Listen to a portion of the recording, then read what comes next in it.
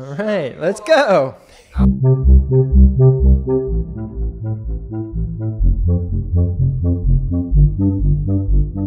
All right, let's start off with some breathing exercises. So, Beth, I feel like you just talked about how important it is to get into your body and connected and aligned. And so why don't you just, could we just start there?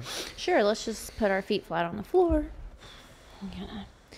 Notice how our body feels. Drop your shoulders. Release your jaw. Deep breath in through the nose.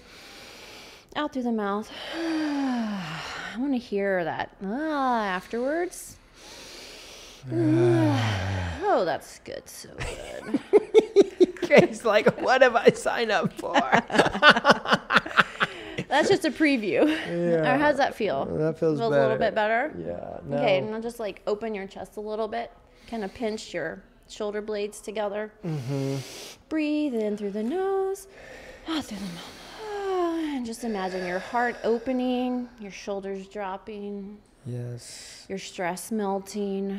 I think that just activated all my anti-anxiety meds and my microdosing for the day, and now we're ready to get into it. Let's go. So we just did my first panel. You've been on the stage as a keynote. It was about the intersection of art and mental health and creativity. I feel like you do a great job of modeling authenticity and vulnerability and creativity and encouraging people to kind of be in the most empowered, joyful state. Thank you. And not toxic positivity, right? Which I'm allergic to that stuff. I don't get that vibe. Be happy now. Right now. Do it. Yes. That's not the energy I get from you. And so one thing, this is a brief aside story. Somebody was that I trust and follow on Instagram. They were like, man, you should check out ChatGPT for interpreting dreams. And I was like, all right, I'm going to give it a try. And so I had this dream the other day where I showed up, I'm getting portraits in this nice financial wealth management space, and I look down and I have flip-flops on. I have a suit on the top and flip-flops. And I was like, holy shit, I forgot to put my shoes on before I did this shoot today. And I gave it to ChatGPT, and ChatGPT crushed it. Basically said, which if you know me well, you'd be able to deduce the same thing. But, I'm really trying to find this balance of showing up, being authentic, and yet dancing in these professional spaces where you're supposed to be A, B, and C. So what are your thoughts on how to show up authentically and and confidently? I feel like you do both of those things really well, Beth. Well, I have a lot of fun just noticing people in social experimentation. So I will show up myself and be outgoing and maybe a little bit inappropriate, but still walking that line just to try to see how I can push these boundaries. I mean, when I was working at the Tennessean Daily News, I would sit on the floor in the newsroom and editors would be like, what are you doing? And I was like, I'm grounding. Duh. Why aren't you sitting on the floor? And so... And for the record, this was 8-10 years ago before all the cool kids were talking about being grounded. So I love that you were doing that. And so I just think it's really fun to just see how people respond. I'm an observer by nature because as a survivor of childhood sexual abuse, I'm very hyper vigilant. I'm always observing my surroundings. I'm always trying to make sure that I'm in safe spaces. And so observing people is something I'm very good at, and I have a lot of fun with it because, look, I know that we're all living in this world, and it's stressful, and our traumas are constantly being poked and prodded, and we're having to deal with that on a day-to-day basis. And so our experiences are all different, right? So if we can just give people grace for wherever they're at and the experience they're having, and maybe just have a little fun by being yourself in like that childlike way, because that's something everyone wants. They want to feel more connected to their playful side. They want to feel more connected to their creative side. So just show them who you are. And if it's the right environment, the right space for you, you'll be received really well. Like, people will find you to be a breath of fresh air. Yeah. And if it's not well received, then you know that's not where you belong, or that's not where you want to position yourself. And so it's actually a great indicator of where you need to be on your journey, just by simply being truly yourself in a really fun, playful way, because life is all about an experiment. And I just look at conversations as an experiment. It's all made up anyway. Right. And where, I paint my face and do portrait photography, and sometimes I'll go to the Panera after a photo shoot with my face painted, and people are like, whoa, what? This, like, you're getting all those double takes. And I'm just like, this is really funny, just to see people responding to you just being you and these weird social situations. And so I find it fun and amusing to see how my personality interacts with others. It's almost like you're dropping a pebble in the water and seeing how, like, that ripple bounces off of everybody else. And I think it's cool. And I think, like, literally yesterday, because I had that dream, right? Like, last night I was like thinking about what I was going to wear today. And of course I kind of stayed in my corporate, I got some spicy socks on and an orange watch and a little bit of color. They are spicy as Tabasco on those socks, right? Literally spicy socks. But I thought about wearing my sandals, some orange flip-flops with the rest of this. I was like, no, it's just too much. Can't do it. But you talk about, like, it's fun kind of seeing how it can get other people to react. My little brother broke his arm, like, I don't know, 20 years ago, 15 years ago. And I went to go check on them in the hospital. And I brought, like, a life jacket and a paddle and a bunch of other things because we were supposed to go canoeing. And I brought a cooler all into the hospital. And it got him all riled up and laughing. And, man, I don't do things like that anymore, but I used to do those things, right? Like, there's a part of me that, like, used to do that stuff. And so I think it's beautiful how you kind of continue to,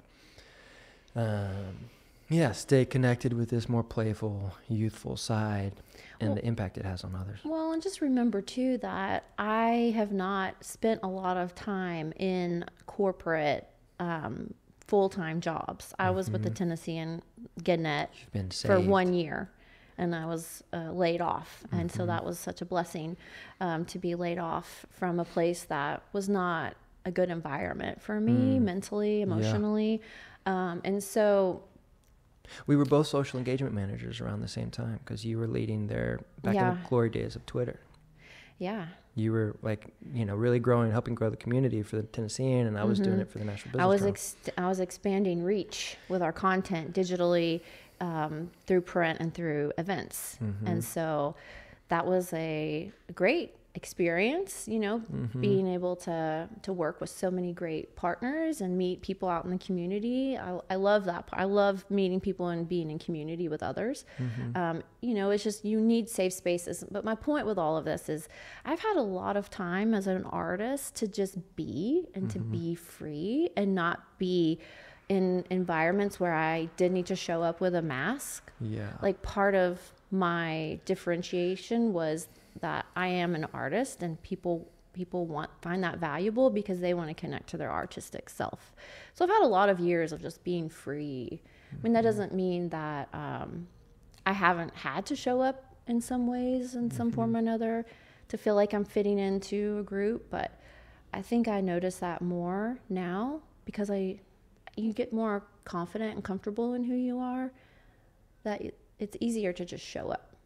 Yeah. Whoever you are, that little cool kid, like, that just wants to be fun and playful. Like, that's when I'm my most happiest. And when I'm facilitating groups, I am having a blast just being exactly who I am, because then that gives other people an opportunity to be exactly who they are.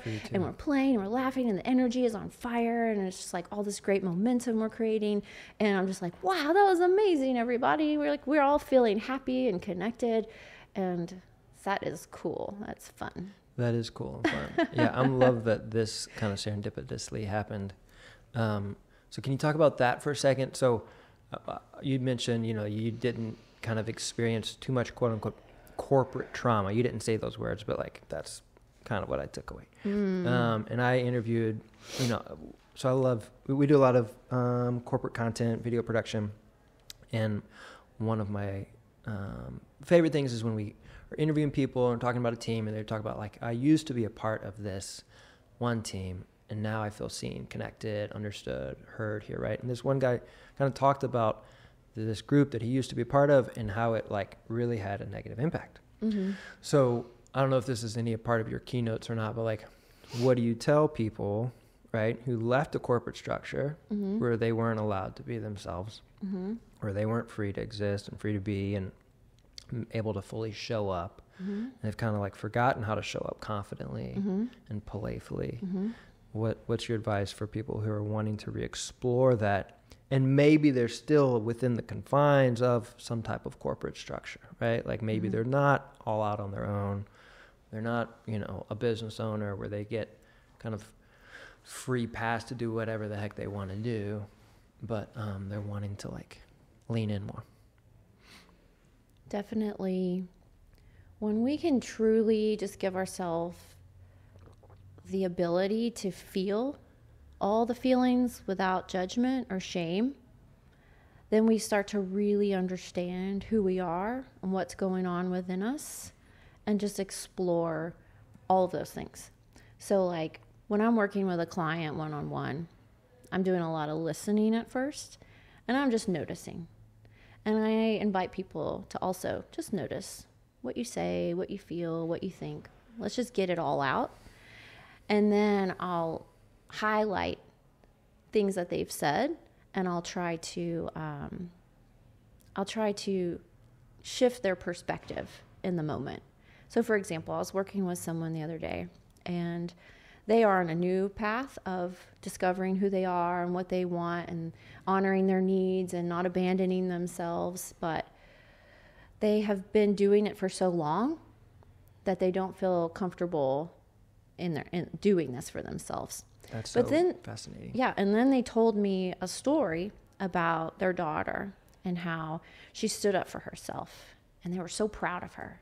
And I'll go, well, you realize when you stand up for yourself, that same feeling is something that you can feel about the things that you do on your own. Like you showing up for you shows that you are saying, I'm worthy. And I know you had just mentioned in the panel earlier about that when you express yourself, it's saying, or in telling your own story, it's saying, I'm worthy.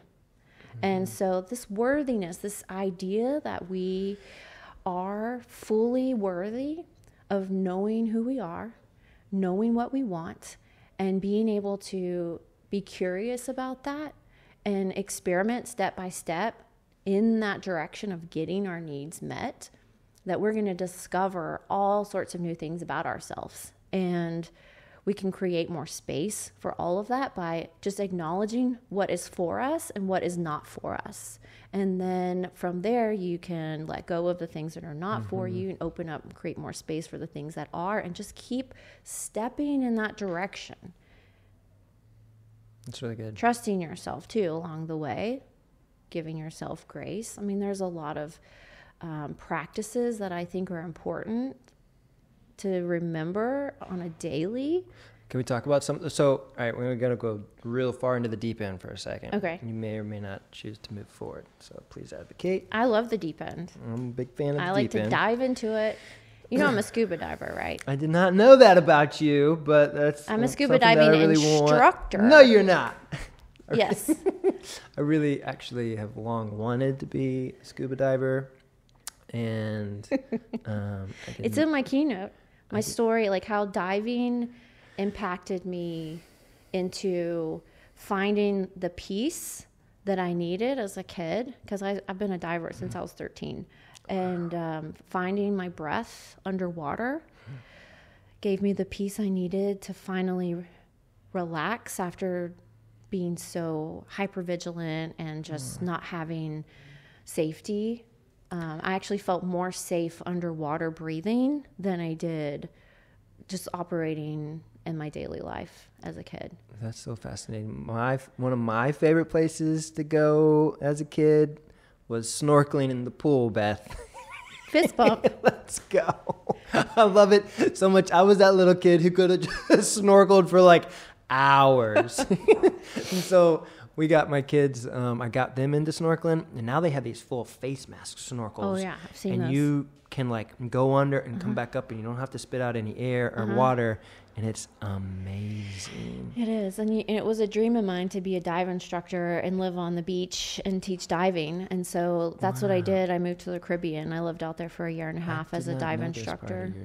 This was over 20 years ago. Wow. Yeah. I love that so much. I'm going to go back to where we were going with the deep end. Yes, deep end. So I've not shared too much publicly about this, but so I grew up Catholic, and then different variations of Christian, and I feel like last time we had a connect in person, we kind of were talking about all of these things, and there were some faith overlaps.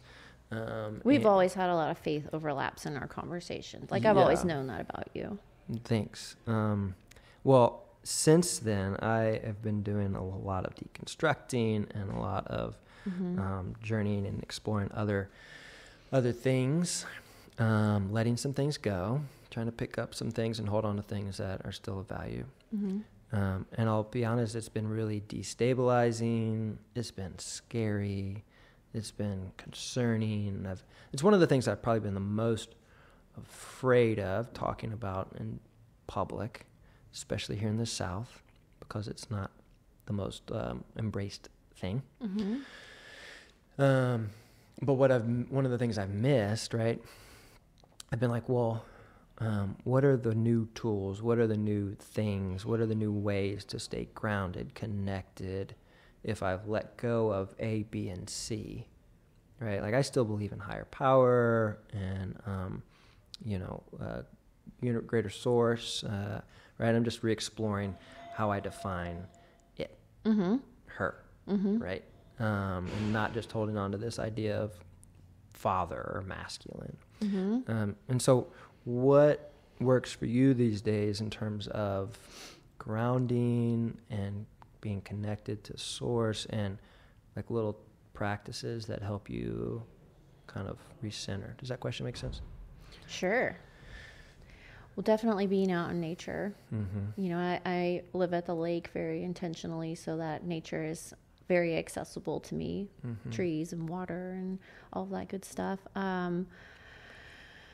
I think exploring things that make you feel good, make you feel grounded, like honoring yourself, ritual. I try to make many of my meals into a ritual. I want it to be beautiful. I want it to be delicious. I use my senses as a way to nurture myself. And whether that's through music or movement or food or just the sense of community, like belonging, just like creating intentional experiences for my senses to feel cared for. Can we stay there for a second? Sure. I think it's fascinating. Like over the last 6 months, like I've learned about like how sensory activations, if you will, actually can like be grounding. And so like literally orange has really been standing out to me this year. And I've been like all about orange. And I have this cologne that like when I spray it, it's like, it's grounding. And I kind of always thought I was a little crazy, but there's like actual science that says like sensory things can be healthy for you to ground. Yeah, because like the way we experience the world is through our senses. And our senses give our nervous system information. And the more our nervous system is in rest and digest, the less we're going to be in fight or flight. Right? And as people who have survived traumatic experiences, sometimes our brains are wired for fear, are wired for shame, are wired for fight or flight. And that's how it was for me. And so it was very difficult to, number one, know what was going on with me, understanding my emotions and working through all of that, giving myself grace, because I have complex PTSD. I have episodes, like 2 days ago, I was crying the entire day. And the hormones you release in those type of episodes, we have to also acknowledge it takes days to recover from. Yeah, wow. So we have to just understand how our bodies and our brains work, because then I think that takes the pressure off of ourselves as like who we are at our core. Like we need to value who we are and understand our bodies, because our bodies are just trying to keep us alive and are surviving the best we know how. And so if you're having these experiences where your body feels like it's almost hijacking you, we have to just be tender with ourselves, like be gentle with ourselves. Like gentleness is going to give us that sense of safety. That's good.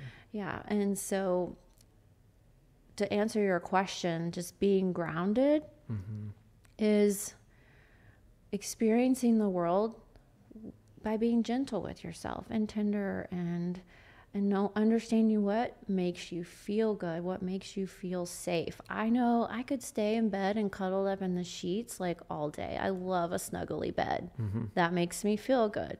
That's where I want to be when I'm being gentle with myself, when I'm getting my rest. So if I need to work, sometimes I just bring my computer with me to lay in bed, and it's like I'm resting and I'm working, but like just try to have boundaries. Try to look at things like, how can I do this differently? Do I need a different environment? Just be curious about how can I make this better for me, and try it. That's really good. Being curious and gentle. I feel like my wife is constantly like, encouraging me to rest, encouraging gentle, encouraging, all of these healthy things. And it's interesting. I know it's not everybody's experience with religion. But from my experience, like I wasn't encouraged or didn't feel like it was quote unquote holy or appropriate or healthy to consider, like you talked about senses and you're like, what feels good? I was told if it feels good, it's probably sinful. It's not good. It's bad. We're not going to go explore that thing, right? So now as I've been kind of like letting go of some of those things and being like, oh, it's actually okay to feel good, to explore these other things. It's been interesting. It's been like uncomfortable, but fascinating if I look at it from a curious perspective and not a judgmental perspective, and freeing to start exploring what some of those things look like, feel like, and that they're worthy things to explore. Does that make sense? Our bodies are created to experience the world around us, right? Our senses. If we enjoy food, it's going to taste good. Amazing. We're going to put a smile on our face. We're going to listen to comedy. We're going to laugh. Like, all of these things like that we can delight in is a wonderful, beautiful thing about being human. Yeah. To find the delight. And so instead of thinking of it as pleasure, we think of it as like delight. Yeah. That sounds a lot. But also pleasure's okay, right? Like coming to terms with the idea that like pleasure is not a bad thing in and of itself. It's not like innately negative. It's nothing wrong with that. But can we talk about delight and joy for a second? Yeah. And I also think it's important that we acknowledge that the way we define words is different for everyone and the experiences we have. So like we could be talking about pleasure, but have two totally different experiences of it and not even be on the same page. Yes. I have learned this in my relationship that it's very important to define what we mean by certain words, because that will help get to coming together on the same page. Yeah. And so when it comes to joy and delight, how would you like to enter into that discussion? Yeah, well, and I just want to acknowledge and honor, like with your history that you've disclosed and the trauma of your past, like pleasure in that word has definitely been like abused and misused. And so I just want to honor that and note that joy and delight. What I want to talk about is, you talked about laughing. Part of your brand is joy. And I experienced this last December. If people have not been to watch Improv Shakespeare, and they have some series going on at Third Coast, it's about to be like every Monday night in 2025. It's going to be amazing. But it cleared the joy filter for me going to this improv thing in December. And it cleared out this joy clock. And now I'm like, it used to be like, oh, well, that's not worth my time or energy to go and just laugh for a little while. My wife is like, I want to go. And I'm like, well, I want to go. And totally seeing the value in it. And so you talk about, making time to play and expending energy to delight. So can you talk for a second about, the value in pursuing joy, pursuing delight? Yeah, because you're telling your brain and your body what you want more of. Mm-hmm. And so if you're feeling joy, you're creating neuron pathways for joy. Yeah. Like you're rebuilding the way that you operate. So if you're seeking it out and you're having more of those experiences, you're becoming more familiar with what that feels like. And so it's all about familiarity. If you're constantly worrying and in fear, it's only because that has become your familiar. And so if we can just find a new familiar, then it's easier to shift. And so focusing on what brings you joy is a great reminder of the kind of experiences we want to be having. So that's good. Laying in a hammock feels so good to me because it's like I'm being held. Like I wasn't ever really held as a child. Like I don't think I had any adults around me ever that I could trust. And so it feels nice to be held. And if I can give that to myself, I'm going to. So I have discovered laying in a hammock as a very important piece of my rest and recovery, but that's just me. You got to find what works for you. So there's no like one stop, this is it kind of deal. It's like try everything and then deduce down what makes you feel the most delight and just do that more and more. Make it a priority. Like when I have a day off, I'm getting in the kayak. I'm going to find the very best place for me to set up my hammock on the lake. I'm going to put my hammock up. I'm going to have all these delicious treats and snacks like packed away. And I'm going to sit there in my hammock and I'm going to eat my snacks and I'm going to be so happy. You're going to delight. Yeah, that is delightful to me. That is delightful. A good snack and a nice hammock and a view. Like, I love it. Delightful. I love it. I actually love hammocks too. And we used to have one set up in our backyard, and then this tree fell down, and it was our anchor for one of the other sides of the hammock. And so it's been a minute since we've set up a hammock. But I also, it's interesting, sobering, I guess, a little bit. But I get curious that like delightful is not a word that I use a whole lot. Perhaps it's one I could pursue more. I think little Nathan will be very open to delight, and it'll be fun to see you continuing to go through this discovery of yourself and who you want to be when you are fully integrated into your delight and your joy, and it's become the familiar.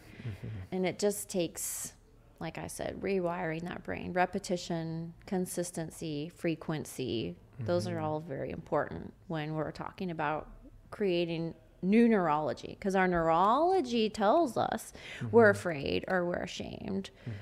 But we need our neurology to tell us new stories, but we can't teach it unless we go out and experience it first. Yeah. It's really good. It's also interesting, like the whole time I was like short breath, tightness in my throat and chest. And now literally in the last like minute and a half, it's like, okay, we're going to be all right. We're going to be okay. Thanks, friend. Thank you. That was a pretty good way to start off, Gray. That was awesome. That wasn't bad. Thank you. You're such a great interviewer. Thanks, friend.